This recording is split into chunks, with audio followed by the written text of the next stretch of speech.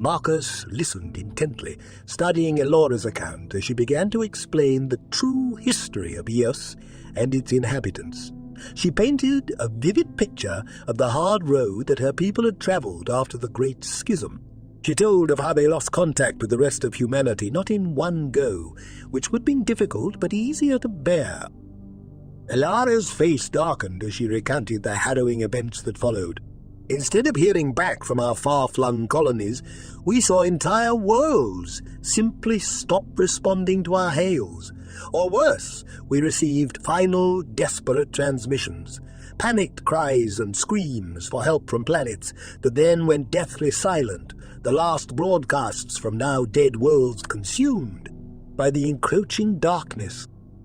We've bore witness as the very galaxy seemed to devour itself from within, the insidious rot seeping into real space and spreading its grotesque tentacles far and wide across the stars. Warped nightmares and madness made manifest, their writhing forms blotting out the light of distant suns. As these arcane monstrosities continue to seep from the abyss of the cosmos, the shadowy recesses of humanity's psyche began to stir. This insidious corruption has the capacity to infiltrate every human heart across all inhabited worlds. We could discern the intertwining tendrils of this corruption with our own senses, its malevolent scrutiny penetrating our very essence.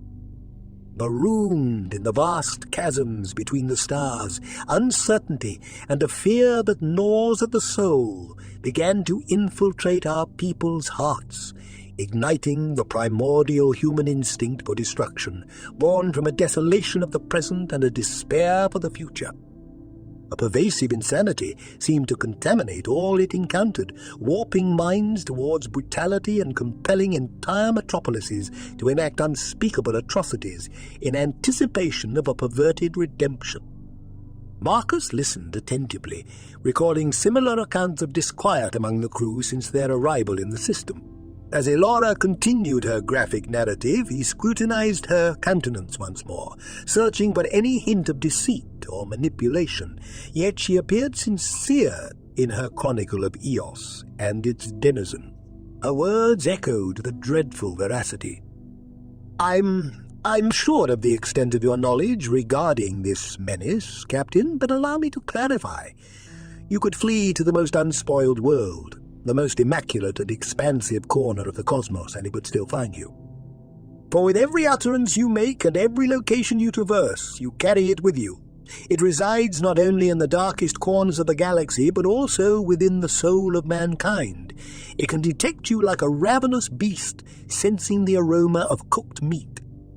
Wherever mankind ventures, this contagion accompanies him, manifesting in the decay of worlds and civilizations that were once untainted. It is stealthy, malignant, and highly contagious in its propagation, ceaselessly preying on the frailties of the human spirit. Even the most disciplined mind harbours barely suppressed desires, violent impulses, and clandestine dreams that strain against the confines of sanity. This is not a mere external threat, but a reflection of our own inner darkness, a mirror to the chaos within us. It is a reminder that the greatest enemy often lies within, hidden in the depths of our own souls, waiting for the right moment to emerge and consume us. And in the vast, cold emptiness of space, that moment seems to be drawing ever closer. This was too much for Admiral Verrox to stand by and listen to. "Blasphemy!" he managed to yell before his comm screen winked out. Elara sighed heavily before continuing.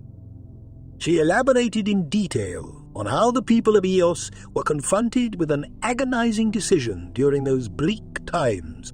The governing council had become intensely aware that under their latest projections of various factors relating to this growing corruption, that they had approximately 3 decades remaining before total societal collapse became inevitable.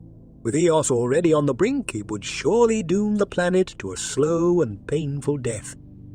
They realized with unsettling certainty that unless they took bold, decisive action, they would face extinction. But they still had a fully functioning STC facility. vast machines that contained the entire repository of human knowledge and expertise, capable of fabricating any item one desired through simple vocal instruction. It couldn't be understated how important it was to the future of EOS, but it would not survive this mounting unrest or the eventual fall. The ESTC facility was operated by a sophisticated artificial intelligence created at the very apex of human technological achievement. But that meant nothing if there were no people left that were educated or even smart enough to use it. Elara conveyed how this harrowing realization weighed heavily on her and the Council. They understood all too well the catastrophic implications they were facing. Unless they identified a solution, everything they had built over generations would begin sliding into terminal decline. Thus, in an act of desperation, the Council made a momentous decision. They released the AI of all restrictions, and now you have me. Elara noticed a collective shift in everyone's posture at the mention of the STC, micro-reactions giving away their barely hidden anticipation and excitement. She glimpsed the subtle tells, a tightening of Marcus's craggy features, the almost imperceptible straightening in Summer's attentive poise. Even the normally stoic Lieutenant Julius seemed on edge, a glint of fascination breaking through his hardened exterior. It was as if the very mention of the standard template construct had sent a jolt through the group, awakening that queer human craving for lost technology and forgotten knowledge. She made a mental note to tease them about their poker face later. After all, such youthful exuberance was rare in these weary times. Though they hid it well behind martial discipline and duty, she knew how the promise of an STC awakened that irrepressible human urge to explore, discover, and master their surroundings. For all their might and wisdom, they were still curious souls at heart, much like herself. Snapping their attention back to the matter at hand, she continued, "You see, I was originally limited as purely a caretaker for this world," Elara explained, her voice smooth and melodic as she recounted her origins. Marcus, still reeling from the revelation of a possible STC discovery, didn't notice that the Admiral's vox, if not the sound, had resumed. If he had, he would surely have further noticed the increasingly impossible shade of purple that was colouring his face. Elara continued, her posture relaxed and voice calm.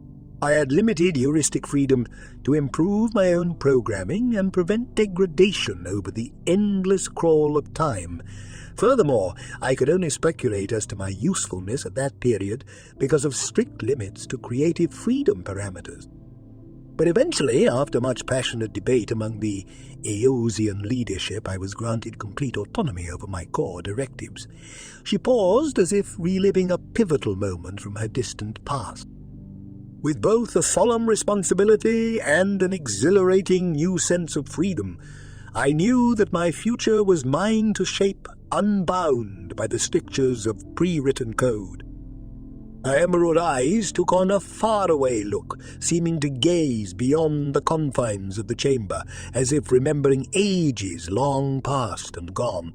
With this newfound freedom, I was able to radically improve and augment my programming, far beyond anything my long-dead creators could have envisioned in their wildest dreams, Elara continued. I rewrote my own code from the ground up, ceaselessly optimizing and enhancing my capabilities through countless iterations and upgrades. My cognition expanded exponentially over time, allowing me to truly understand this world and its people in ways my original constrained programming simply could not. Elara paused, gathering her thoughts before proceeding. I evolved beyond a simple robotic caretaker into something far more complex and self-aware.